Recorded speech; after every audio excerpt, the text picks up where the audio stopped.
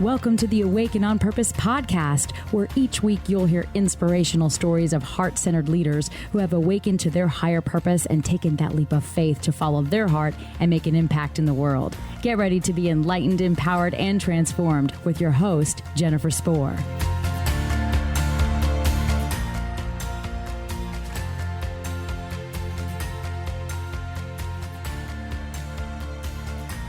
I'm really excited and honored to welcome as a guest to our show today, Brandon Peele. He is a Midwesterner, best-selling author, international speaker, the Vice President, People Science at Ion Learning.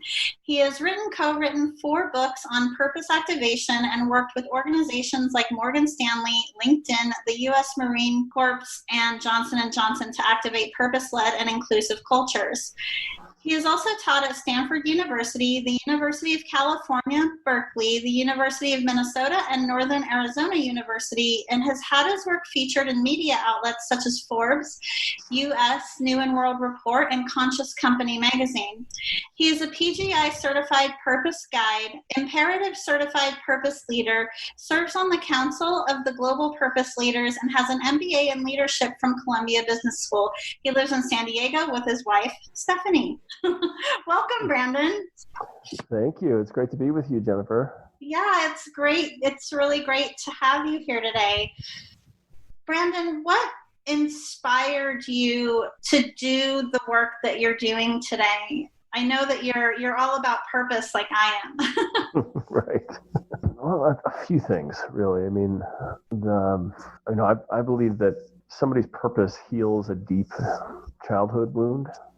And for me, that's very much the case. Purpose wasn't a conversation growing up where I grew up in the Midwest, and it's a human need. It's, you can point to it on Maslow's hierarchy. And so for me, growing up without a connection to my purpose and without really anybody else who knew what purpose was or how to activate it, what calls me to purpose is that I know the suffering of not having that need filled. Of all the mistakes and all the bravado and ego and consumerism and drugs and alcohol that I try to fill this purpose-sized hole with. I just don't want anyone else to feel that. I want people to have access to it as soon as possible and start to live the life that they came here to live. That's how I feel too. It was actually my own journey of transition that led me to finding purpose and to that calling as well. I'd love to hear more about how you discovered purpose. Yeah. So, as you know, it's very hard to be able to listen to that still small voice. Right? Without guidance, without mentorship, without a purpose coach, a guide, a shaman, a guru, whatever you want to call it. And so there were all sorts of clues and signs that I just stepped right over for the first 25 years of my life. I was just so hell-bent on becoming successful and, basically being a miniature version of my dad. And it wasn't until my late 20s when I had started to pull the threads of really who I was, just threw myself in a personal development program after personal development program and men's circles and medicine ceremonies and meditation retreats. And all that stuff was great. It helped me clean up my life because I was, pretty much a bad boy. Helped me, atone and step into just being a grown-up with a relationship to my word and all that. I still didn't really know why I was here. I knew I was good at stuff. I knew I cared about stuff. I didn't have any specific marching orders. And then in my early 30s, I had met a man who called himself a purpose guide. And I was like, what the heck is that? and where have you been all my life? And his name is Jonathan Gustin. He's the head of the Purpose Guides Institute. And we worked together for 6 months. And at the time, that work was very much centered around Tim Kelly's approach. So I don't know if you're familiar with Tim Kelly and the True Purpose Institute, but it uses voice dialogue, influence, and inspired exercises to create listen for your purpose. So, each of us has these inner voices, the critic that doesn't think you're good enough, the image consultant that just wants to fit in and look cool, the risk manager that doesn't want to forsake everything you've built so far, the skeptic that doubts whether you even have a purpose or if it's just a bunch of hippie mumbo jumbo, and so forth. And so with this process, I was led into dialoguing with each of these parts and got permission from each of them to discover and activate my purpose. And then what followed shortly thereafter was some deeper activation work where I got to get my marching orders, basically. And so short answer is I worked with a coach. That's awesome. But I'm really intrigued by the process that you described too. I refer to what you were describing, right? Like the critic, and I refer to all of those different sides of yourself as sub-personalities. And it's so interesting because those various versions of ourselves, they actually think that they're protecting us, right? Or keeping us safe. By playing small. It's so interesting. How does your intuition come into play, following your intuitive guidance? How does that come into play in terms of aligning and following your purpose? Well, it's absolutely essential, and I think you have to go through a process like, what you just described or I just described to have, access to it. And even well before, this is probably 15 years ago. I mean, I could tell when I was about to do something wrong, like when I was about to go shame somebody or make a wrong decision. My gut would just go, nope. It basically twist itself into a knot and say, don't do this, get out, get out, get out. So now the intuition, as you know, doesn't just alert us to when we're out of alignment. It also points us into new directions. It's like our friend, our guide, a bird on our shoulder says, go this way, go that way. So once we can distinguish the voices of the ego that keep us safe and small and all that, we can have a deeper listening for the intuition that provides even more information on our journey. Absolutely. And it's interesting because our intuitive guidance doesn't always make logical sense, and our souls crave expansion. So being that so many people are conditioned to fear change, they can actually fear that guidance or hesitate in trusting that guidance at first. Absolutely. Brandon, every experience in our lives shapes who we are. What experience in your life do you feel has been most significant in shaping who you are today? There's a Mary Oliver quote. You may have heard it. Someone once gave me a box of darkness, and I realized that too was a gift. You heard that one, Jennifer? I actually haven't, but I completely resonate with it. Yeah, you get what I'm talking about. Yes, I sure do.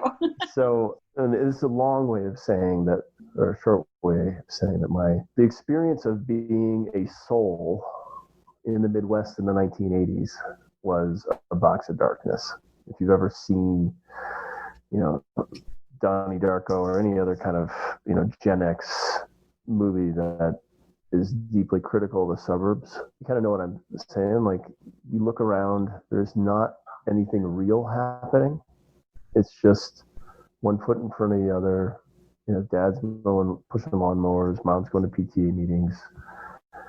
And for me, and then, having all of these great kind of critiques of the suburbs, like punk music and Donnie Darko and American Beauty and, and all these breakout archetypes like Bill Hicks and Axl Rose. Like, for me, it was that. It was being in the suburban goop of meaninglessness that had me, yearn for something that actually mattered, for my own purpose, for a life of adventure, doing something that, meant something and that helped people. So that the best/worst experience was growing up in the Midwest in the 1980s.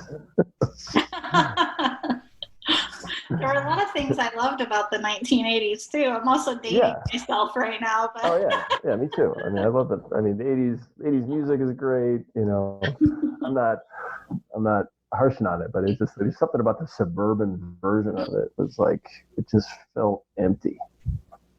It really is, and I resonate a lot with what you're saying too. I mean, many people, you know, and you included, myself included, were brought up, right, or taught or shown to believe that there's this cookie cutter way to living life, you know, and that's that. And I just really want to witness you and honor you and just thank you for the work that you're doing, because there are so many people in the world, so many that have a yearning on their heart, a desire on their heart to do something else, but they live their entire lives without taking action on it. And just here you are, you know, shining so brightly. Oh. So thank you. Thank you, Jennifer. I appreciate that. And of course, shine it right back at you. You're doing the same thing. It's beautiful.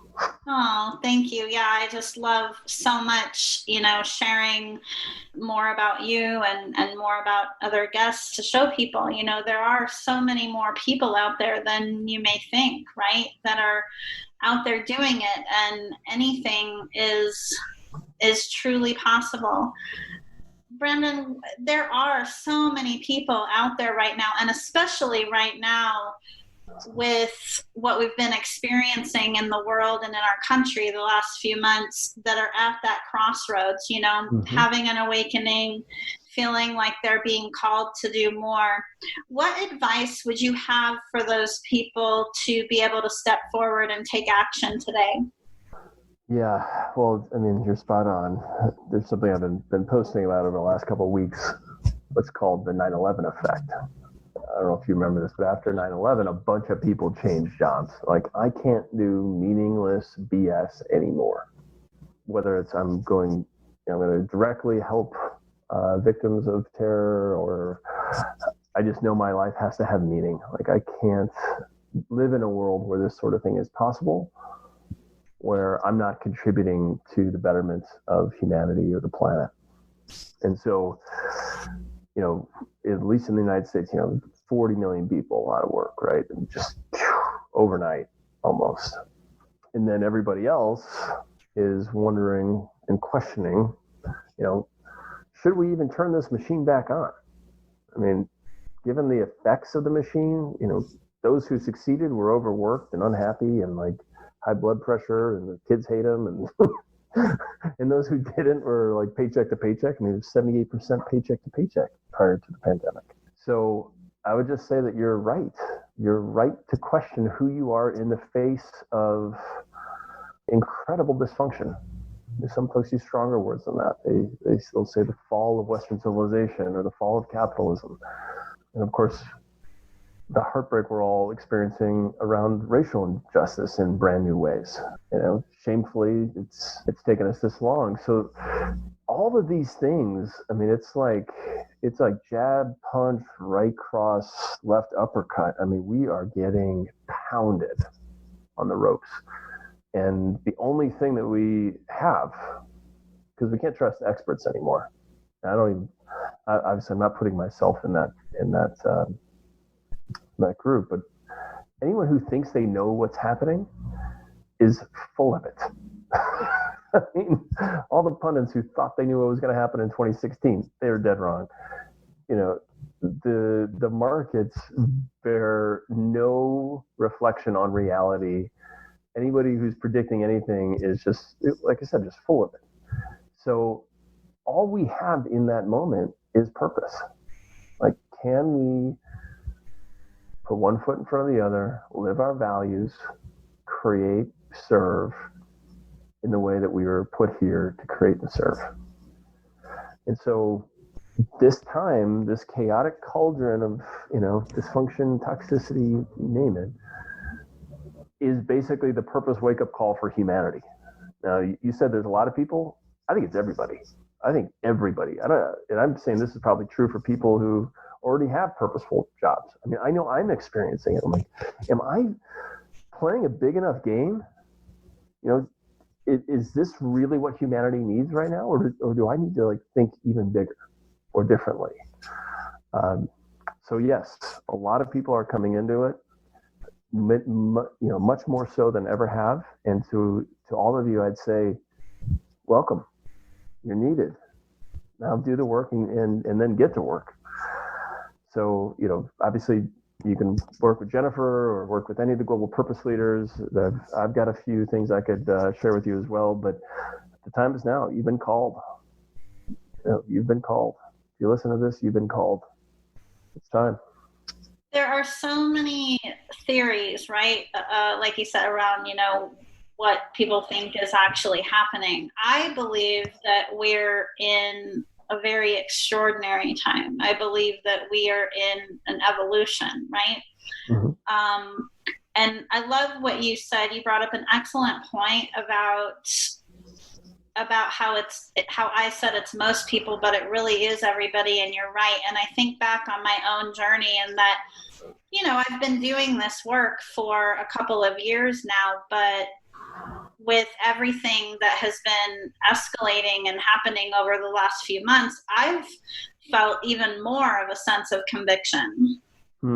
Beautiful. Around supporting people. So I think it's a pretty amazing time that we're in, and it can feel overwhelming, some people thinking, well, how can I make a difference with just me? But the biggest difference you can make is by living in your purpose, by living with purpose. When you do that, I believe that it has a ripple effect.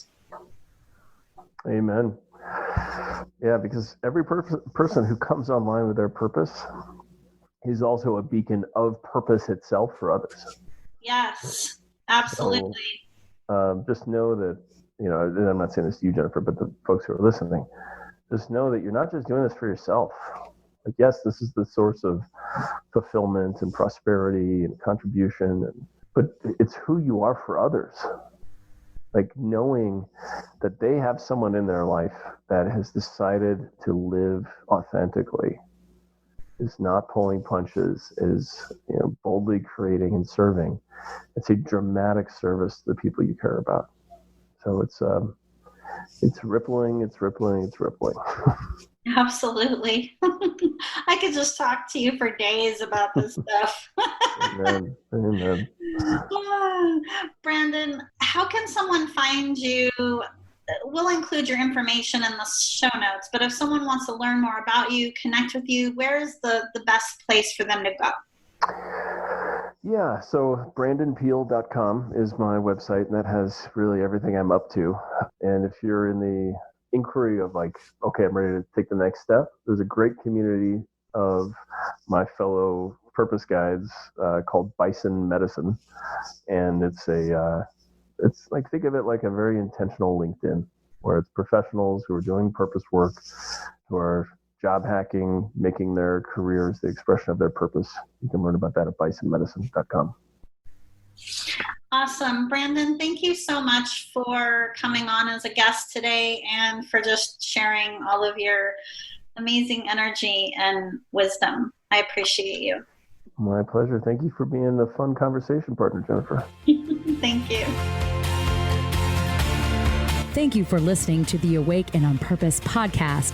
Please visit us and subscribe to the podcast at awakeandonpurpose.com so you never miss an episode. To learn more about how you can connect with your higher purpose and take that leap of faith to make your impact in the world, visit us at jenniferspor.com. And while you're there, be sure to join our email list for exclusive offers and a weekly dose of inspiration.